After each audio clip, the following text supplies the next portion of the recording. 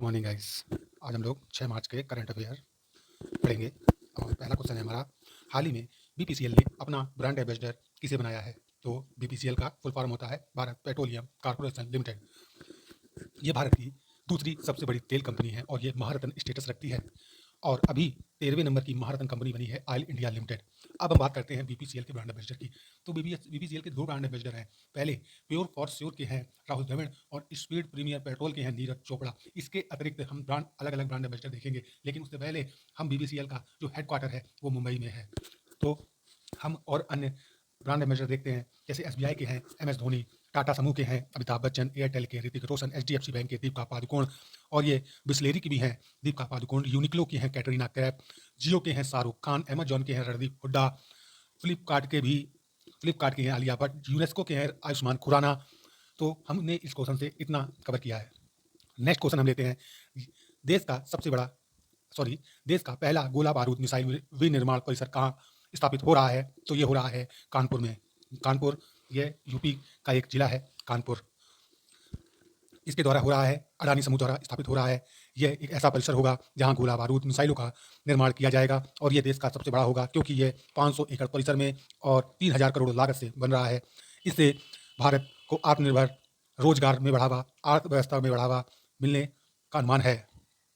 यह योजना 2024 से शुरू होकर 2027 तक इस परियोजना का बनने का अनुमान है। इसमें छोटी हथियार के लिए गोला बारूद, तोपखानों के गोले, मिसाइलों का बनना इस विनिर्माण परिसर में होगा।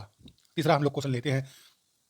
हाल ही में इंदिरा अम्मा आवास योजना प्रारंभ करने की घोषणा किसने की है? तो पहली बात, हम इस क्वेश्चन से हमको थोड़ा सा आईक्यू लेवल ही बढ़ाना होगा कि इंदिरा अम्मा, क्योंकि ये इंदिरा नाम है और ये नाम इंदिरा गांधी से रिलेटेड है, तो ये नाम उन स्टेटों में नहीं आएगा जहाँ पे बीजेपी की सरकार है। बीजेपी की सरकार में, बीजेपी वाले स्टेट में ये नाम नहीं आएगा। तो पहला तो हमारा ऑप्शन पकड़ने का तरीका ये रहा कि ये नाम बीजेपी वाले स्टेट में नहीं आएगा। तो अब कांग्रेस वाले स्टेट कौन कौन से हैं? तो अभी लेटेस्ट में कांग्रेस ने जीता था तेलंगाना में चुनाव जीता था कांग्रेस सरकार ने और तेलंगाना राज्य के मुख्यमंत्री थे रेवंत रेड्डी। और इस चुनाव में इंडियन नेशनल कांग्रेस ने 6 गारंटी रखी थी और इस योजना के अंतर्गत गरीबों को 5 लाख रुपए देने का प्रावधान था। तेलंगाना राज्य की स्थापना 2 जून 2014 को होती है और ये भारत का 28वां राज्य है। ठीक है। और यहाँ के जो महत्वपूर्ण त्यौहार हैं वह बथुकम्मा, मेघ राम यात्रा, बोनालू उत्सव यहाँ के फेमस डांस हैं। अब हम लोग नेक्स्ट स्लाइड पर चलेंगे। हम लोग नेक्स्ट क्वेश्चन लेते हैं। हाल ही में एडीआईटीआई योजना किसने प्रारंभ की है? तो ये प्रारंभ की है रक्षा मंत्रालय, राजनाथ सिंह ने। यह है डेफ कनेक्ट का 11वां क्रम होगा जो कि नई दिल्ली में आयोजित हो रहा है। ये रक्षा मंत्रालय द्वारा आयोजित एक वार्षिक प्रोग्राम है, यानी ये एनुअली प्रोग्राम है। यह स्टार्टअप और एमएसएमई रक्षा अनुसंधान एवं विकास संगठन को जगह लाता है। इसमें इसका उद्देश्य रक्षा क्षेत्र में नवाचार एवं उद्यमिता को बढ़ावा देना है, आत्मनिर्भर भारत बनाना है। यह 2024 से 2026 तक 3 वर्ष के लिए होगा। इसमें अनुदान होगा 25 करोड़ तक और कुल 750 करोड़ रुपए इसमें लगेंगे। तो हमने देख लिया एडीआईटीआई योजना, ये रक्षा मंत्रालय की योजना है। ये क्वेश्चन, ऐसे क्वेश्चन बहुत ज़्यादा आते हैं कि एडीआईटीआई योजना किस मंत्रालय से रिलेटेड है, तो वहाँ पर हमको याद रखना होगा डिफेंस मिनिस्ट्री, और यह नई दिल्ली में आयोजित हो रहा है। बस हमको इसमें इतना ही याद रखना है। नेक्स्ट क्वेश्चन लेते हैं। हाल ही में एमएफएमआर को निरस्त करने के खिलाफ किस राज्य द्वारा प्रस्ताव पारित किया गया? तो यह पारित किया गया है नागालैंड और मिजोरम द्वारा, क्योंकि एफएमआर मीन्स होता है फ्री मूवमेंट रिजीम।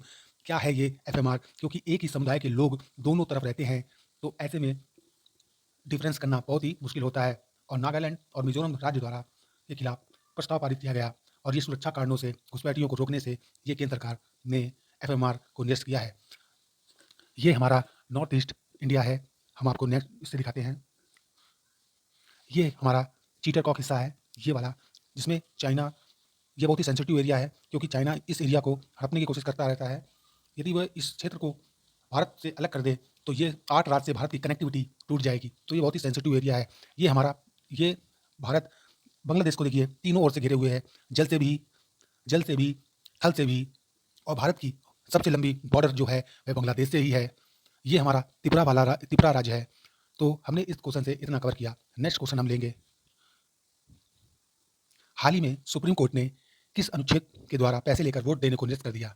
पहले क्या होता था कि सांसद आर्टिकल 185 का प्रयोग करता था, विधायक 194 आर्टिकल का यूज करके स्पीच देने एवं मत देने में पैसा लेते थे लोग, और इसमें इनके खिलाफ केस नहीं चलता था। ये इनके साथ विशेष अधिकार होता था। ये क्योंकि सुप्रीम कोर्ट ने ऐसा 1998 में कहा था, क्योंकि एक मामला था पीवी नरसिम्हा मामला, उसमें भी ऐसा ही हुआ था। तब ये अधिकार असंवैधानिक था, लेकिन अब यह मतलब संवैधानिक था, लेकिन अब यह असंवैधानिक हो गया है, क्योंकि इस समय जो सीजेआई हैं डी वाई चंद्रचूड़ जी